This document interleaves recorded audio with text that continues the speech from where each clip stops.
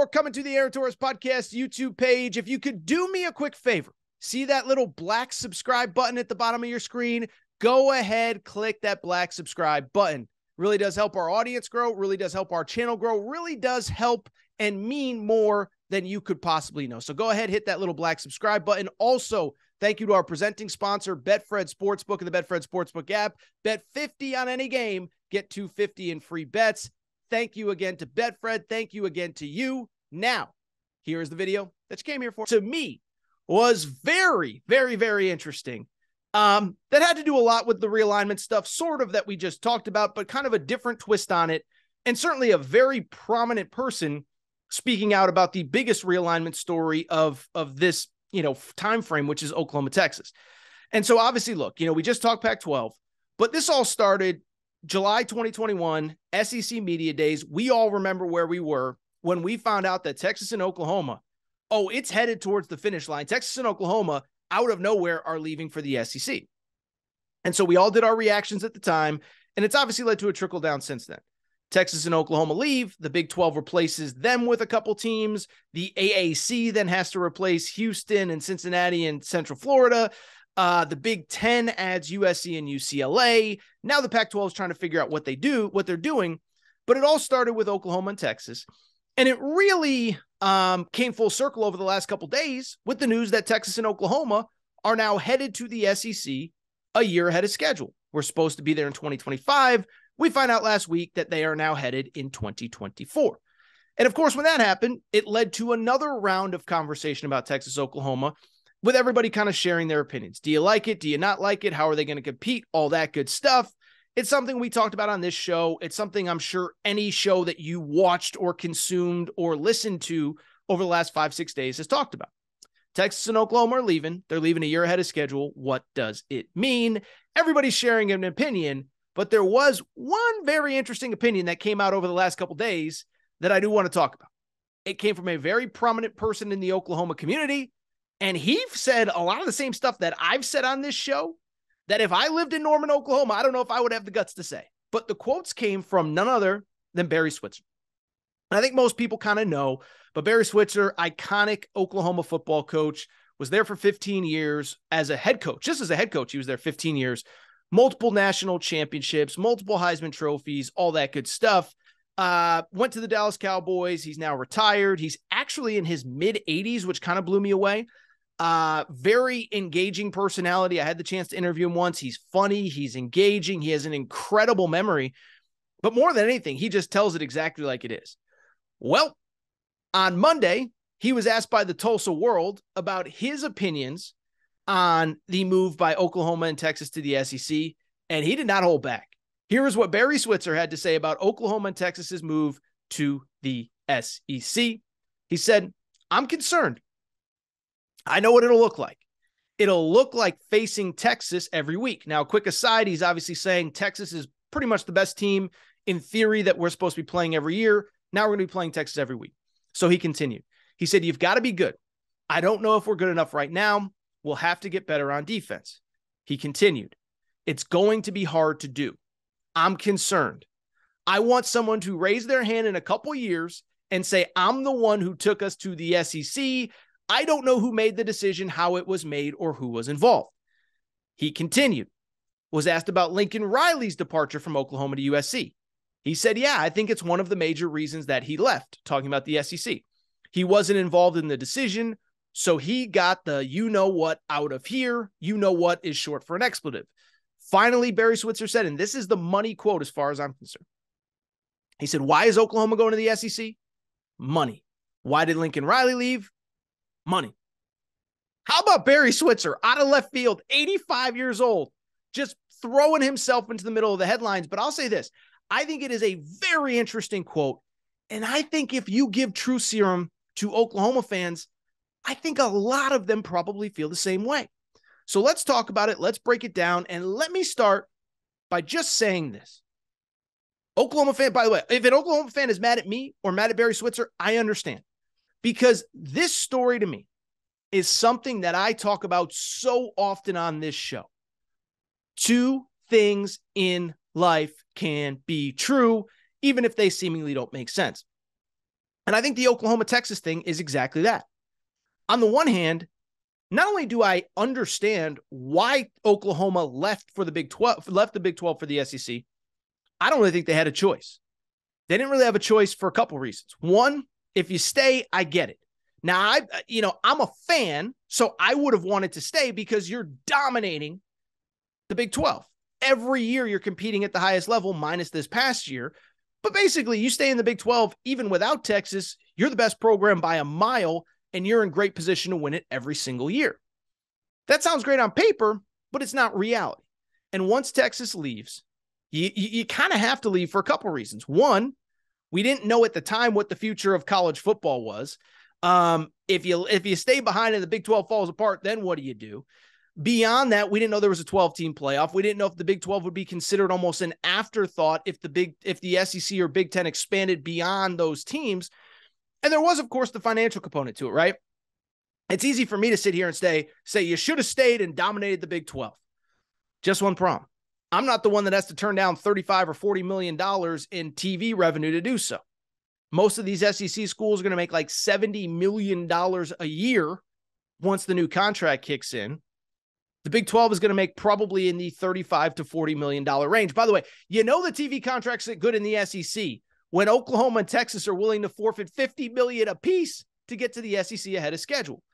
So I get why it was done.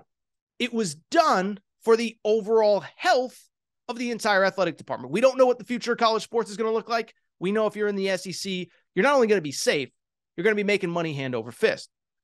The problem is, and this is my problem anytime we talk about these realignment things, I get that it's about money. Barry Switzer said that it was about money. It makes perfect sense. The problem is, you know who doesn't get any of that money? It's the fans. And if you're a fan, I think whether you want to admit it or not, there's something to be said about what Barry Switzer said.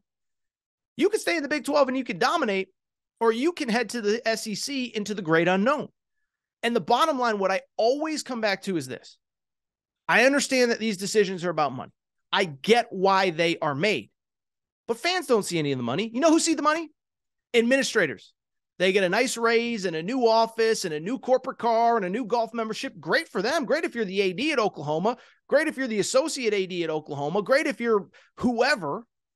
Great if you're a head coach. You're going to get a raise. You're going to make more money. If you get fired, you're going to get a crazy buyout. Great if you're a coordinator. You're going to get more money there.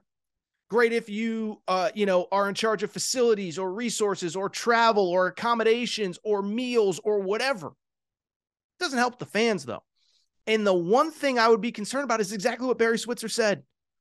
What does all the money in the world do if you're not winning football games? And that's something that I don't think any of the decision makers ever think about when it comes to these realignment decisions. I've talked about it many times, but I'll give you an example. I think this is the best example in recent realignment of the cost-benefit analysis of, if you will, of deciding to leave a conference that you've called home. Think about a school like the University of Maryland, okay? And I know most of you aren't Maryland fans. You probably don't care that much about Maryland. But Maryland, and I've used this example many times, they were the first school that I can ever remember that flat out, when they switched conferences, they said, oh, no, this is about money. It's not about sports. It's about money. Well, Maryland is now out of the red and very comfortably into the black in terms of the amount of money the school is producing for sports in the Big Ten. There's just one problem. Maryland's kind of in no man's land as an athletic department. I've said it many times, but as crazy as it sounds, Maryland, in most of our lifetimes, has won an ACC title. They won ACC titles in this century, the last 20, 22, 23 years. They were the best team in the ACC. And if you're the best team in the ACC, as a fan, you can enjoy it in this new world of a 12-team playoff. You're going to get into that playoff, maybe even get a bye. And obviously in basketball, Maryland was a power. Maryland was one of the best programs in the country. Won the national title in 2002. I'm sorry, I was tripping over my own words there. They won it in 2002. So think about 20 years ago, if you're a Maryland fan. A football team that's competing for conference championships every year, a basketball team that's literally winning national titles. Now you're in the Big Ten. You've lost all your basketball rivals. So all those games that your fans got fired up for, Duke, Carolina, Virginia Tech, whoever, They're not on the schedule anymore. And Michigan's cool, and Ohio State's cool, and Wisconsin's cool, and Iowa's cool, and Minnesota's cool, but it's not Duke. It's not Carolina. It's not those teams that you grew up rooting against. That's gone. You know what else is gone? Maryland basically ever competing at the highest level in football again. Now, were they ever going to be good enough to win a national championship? I don't know. What I do know is in the ACC, they were competitive. As I said, they won conference championships in the ACC. Now you're in the Big Ten. And I think I can safely say, I don't think Maryland is ever going to win a Big Ten championship in football in my lifetime. Because for Maryland to win a Big Ten championship in football, they're going to need to be better than Ohio State, Michigan, Penn State, USC, and UCLA going forward. For 1 year, they're going to have to be better than all of those teams. And they're probably going to have to beat 3 or 4 of them on the way to a title. Now, I don't even know if they can, by the way, I don't even know if they can make a playoff. Remember, the playoff is now going to be 12 teams. Top 3 teams in the Big Ten are going to get in. They're going to have to be better than Ohio State, Michigan, Penn State, USC, UCLA, Wisconsin, Nebraska. I mean, even to finish in 3rd place to get into the playoff. And so what was the benefit of Maryland? You made all this money, but are your fans happy? Are they enjoying it more? And to bring it back to Oklahoma, it's what Barry Switzer said. It's all about the money, but I'm concerned. You've got to be good. I don't know if we're good enough right now. We'll have to get better on defense. And so if you're an Oklahoma fan, it's great. You're going to make all this money. You're going to have all these great games on the schedule. But how great is it if you're not winning any of them? I get it. It's fun. It's cool that you've replaced Iowa State and Kansas State with now LSU and Florida, or Alabama and LSU, or Alabama and Texas A&M, or Texas A&M and LSU, whatever. But what is the fun in that if you're not winning any of those games? Now, I'm not saying Oklahoma can't get there. What I am saying is the path is much tougher. I said it the night of the national championship game. TCU made a national title this year out of the Big 12. The biggest loser I thought was Oklahoma, because if Oklahoma had stayed in the Big 12, now in the 12-team playoff era, remember, the top 5 leagues are going to get an automatic bid to the top 6 teams, Our top 6 league champions are going to get an automatic bid into a 12-team college football playoff. Oklahoma would have essentially gotten an automatic bid every year, and most years they would have gotten one of those top 4 seeds, which would have given them a number 1, which would have given them a first-round bye. Now, they might make the playoff, but are they going to be better than Alabama, Texas, Texas A&M, Auburn, Florida, LSU, Georgia, all in 1 year to win the SEC? It's probably not going to happen. Now, I said I don't think Maryland will ever win a conference title in football ever again in my life. I can't say that about Oklahoma, but it's a lot tougher. And so I give Barry Switzer credit for saying what he said, because it's really unpopular, but I happen to agree. The Lincoln Riley stuff, I'll mention this really quick. I think he's dead right on Lincoln Riley too. I said it the day that it happened. Everyone said, oh, Lincoln Riley is afraid of the SEC. He's not afraid of the SEC, but he knows what Oklahoma's up against. He understands that he went from dominating Texas and Texas Tech and Iowa State and Kansas and Kansas State. Now he's got, instead of Kansas and Iowa State in back-to-back weeks, he's got at LSU and Georgia at home. He's got Georgia at home and Florida on the road. He's got Florida on the road and Tennessee at home. That's a really, really tough ask of anybody. And I think Lincoln Riley smartly got out of there. So I credit Barry Switzer, and I think there is a lot of truth to what he said. I give him credit. Not easy to say. I think Oklahoma, I said it on Thursday. When we found out Oklahoma was going to the SEC a year ahead of schedule. I said, I think the single biggest loser is Brent Venables, because that rebuild just got moved up a year, and he's got to get that program going in the right direction.